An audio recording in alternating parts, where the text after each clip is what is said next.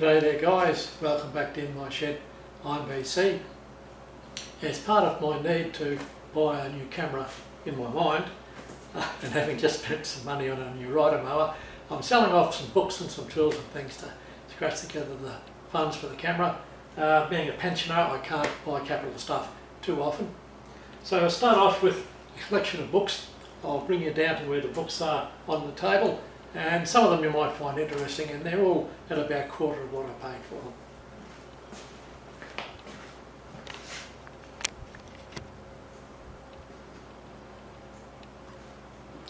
Okay, you don't need my ugly face up. $20 each. Now I hope that's cheap enough for you cheapskates. Diesel engine maintenance.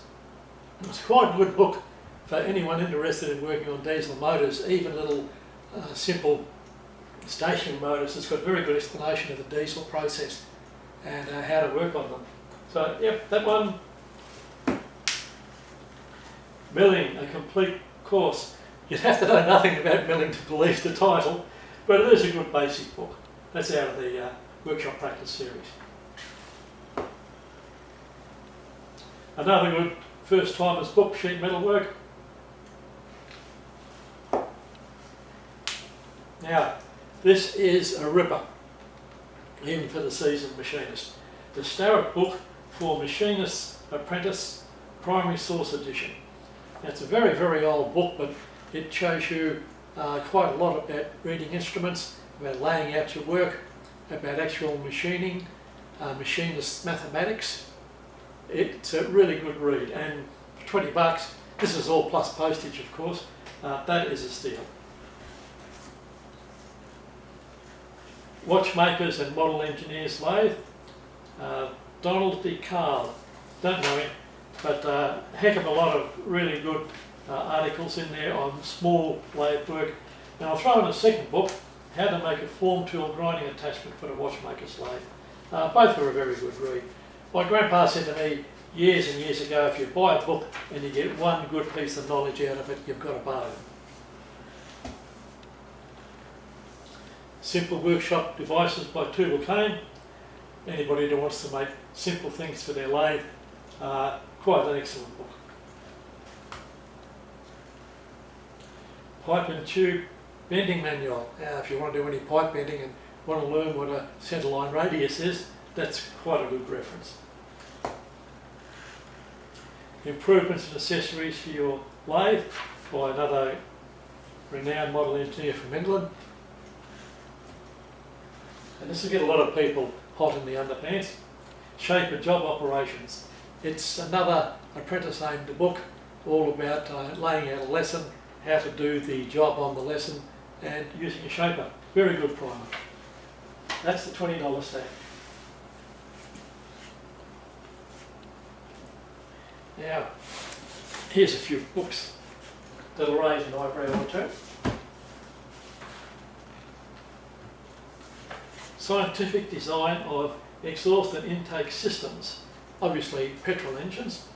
It's a very old book, 1930s I think, but the Poms realised that you couldn't just put an exhaust pipe on a car and get the best performance, so they spent thousands and thousands of man hours designing and manufacturing intake and exhaust systems and experimenting with different lengths and diameters to find out what the effect. If you're on a hot rod cars, this is probably one of the best places to start. Motorcycle Turbocharging, Supercharging and Nitrous Oxide. This is like a sister book to the normally Garrett book on turbocharging, which is an absolutely fantastic book as well. But yep, look, for $35 plus postage, sorry, this pile, that is a really good book. If you're a petrol head like me.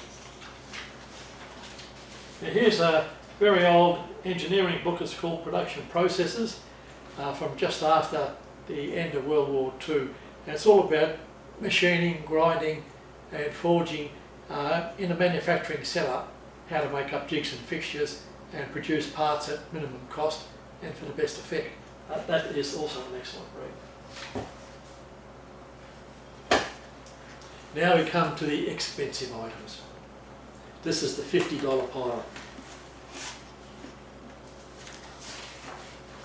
Technology of Machine Tools.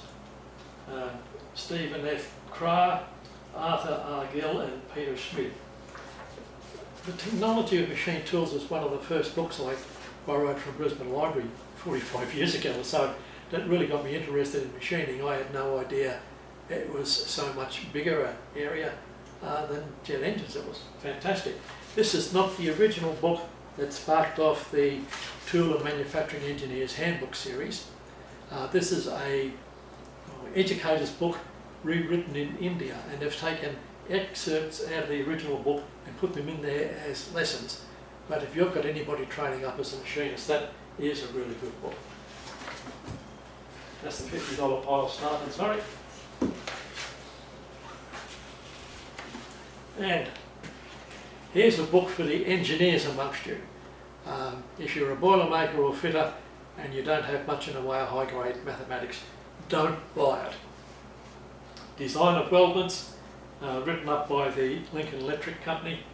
I think there might even be a few articles in here by Omer Bloggatt. Yeah, that really is his name. He's one of the most important 125 people in American history. He formed the welding industry. Very well renowned fellow.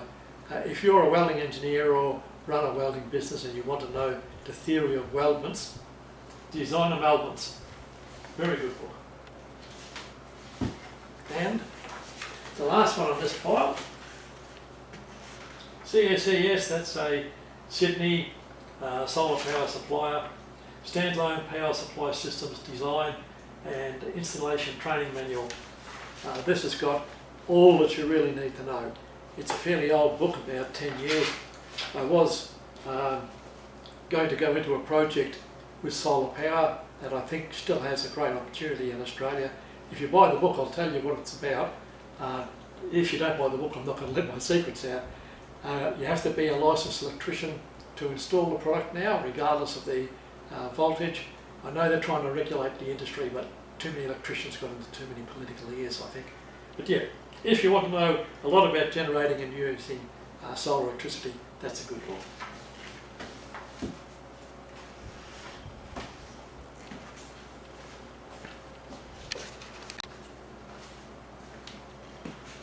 G'day fellas, I don't want to make this a long video. I've got quite a lot to do. As you can see, I'm wringing wet from working in the yard, getting the place ready for Christmas. I also have another item that I'll sell off.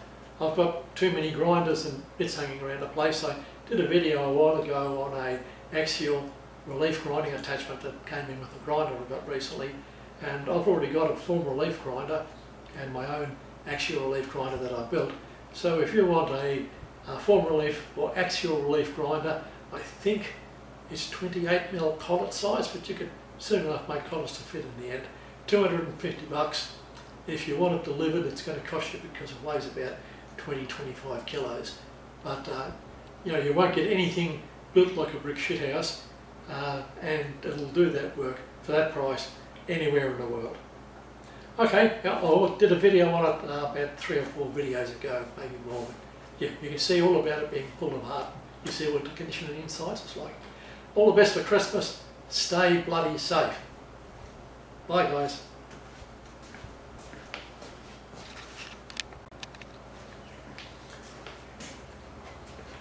Trust me to forget. I have a fair number of these parts boxes. They're off the shelf in the warehouse. Most of them have some dividers in there. $2 each. Buy as many as you want for your shit.